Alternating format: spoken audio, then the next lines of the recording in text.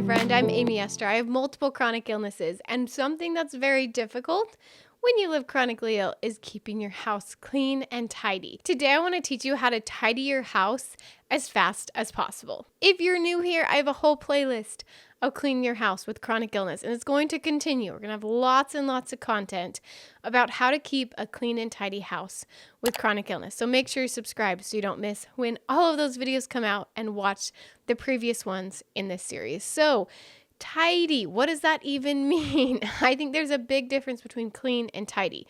My house might be clean, but it's not very tidy. Or it might be tidy and not be very clean. For me, clean is when there's no stickiness on the floor and the counters and the cabinets are wiped out and there isn't crumbs everywhere. The grossness is when it's not clean for me.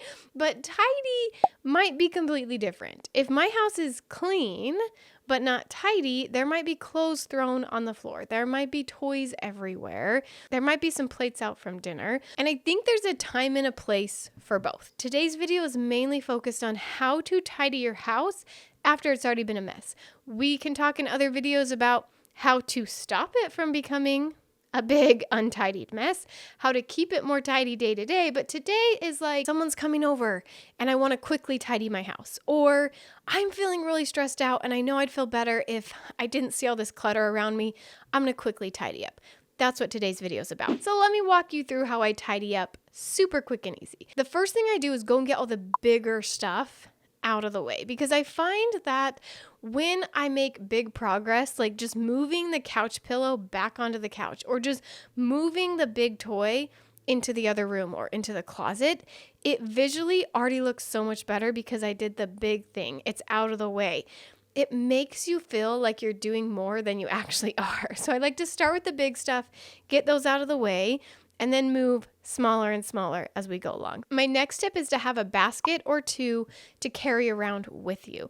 I don't have a very big space, so I might do a couple baskets, but if you have a big space, you might just want to do one basket and one garbage bag that you carry around to your whole house. So what I like to do with this is to fill it up with all the things that don't have a place to go. So anything that's garbage goes right into the garbage bag. I just have that with me. You could even tie it onto your other basket. Everything else that's in the wrong room, put it in that basket, and then you can take it later and put it away. And I like to do as much as I can sitting down. So whatever I can do in one area, I sit down, I put all the toys that are in the area in the basket, and then I move to the next area sitting down, reach for everything and put it in. Because when you live chronically ill, it can be hard to go up and down and up and down. Instead, I like to sit down on the ground, put everything in the basket, and then move to the next area. Okay, moving into tidying up your kitchen. Whenever you're tidying your kitchen, grab as many things as you can that go in the same place at once. So for me, I grab all the pantry items that I can fit in my arms at one time, so I don't have to go back and forth and back and forth.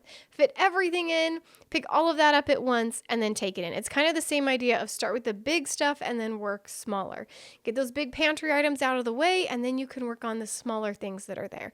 And this might sound crazy, but I find that it's easier to clean the floor than the countertop because I can vacuum the floor, or I'm already sweeping the floor, so it's not any more work for me to just take all the crumbs on my countertop and throw them on the floor, because that's easier than trying to pile them in my hand and then go back and forth and throw them in the garbage or in the garbage disposal.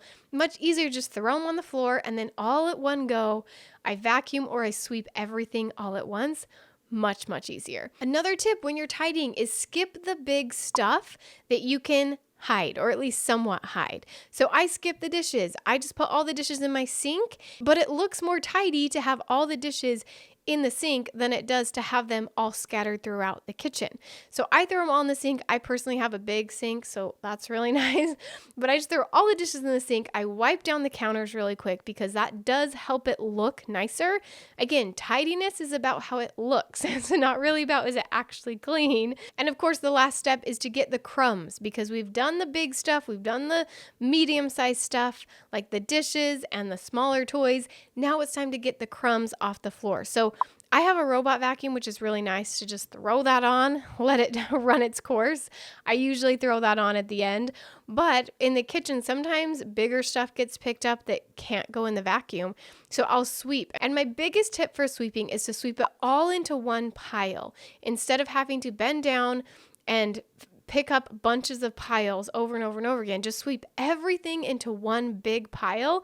Then you only have to bend down one time, sweep one time in the dustpan, and you're done.